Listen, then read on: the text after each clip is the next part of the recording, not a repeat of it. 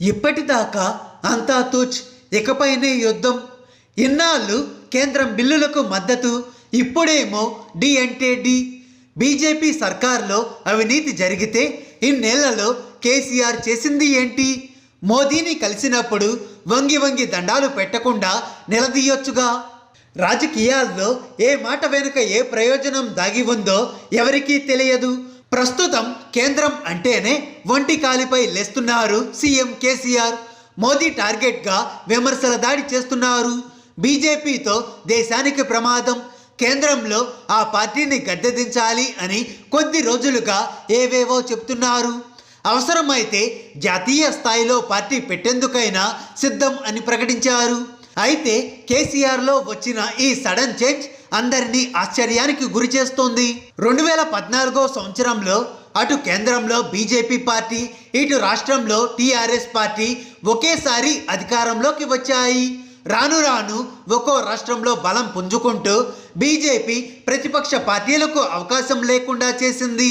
మెల్లిమెల్లిగా తెలంగాణలోనూ పార్టీ బలోపేతానికి కీలక నిర్ణయాలు తీసుకుంది. కేసీఆర్ సర్కార్ను ఢీకొట్టేందుకు బండి సంజయ్ను రంగంలోకి దింపింది. ఆ తరువాత చాప కింద నీరులా రాష్ట్రంలో బీజేపీ పార్టీ బలోపేతం అయ్యింది. దుబ్బాక, జీహెచ్ఎంసీ, హుజూరాబాద్ ఎన్నికల విజయాలతో బీజేపీ శ్రేణుల్లో మరింత ఉత్సాహం పెరిగింది.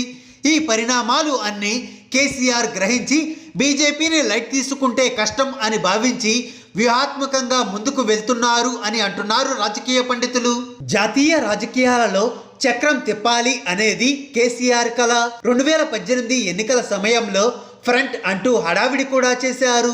అయితే 2019 లోక్సభ ఎన్నికల తరువాత సైలెంట్ అయ్యారు. మళ్ళీ ఇన్నాళ్లకు ఆ దిశగా అడుగులు వేస్తున్నారు. ఈ నెల మోదీ పాలన వేస్ట్ అని తేల్చేశారు. బీజేపీ మస్ట్ గో నినాదాన్ని ఎత్తుకున్నారు.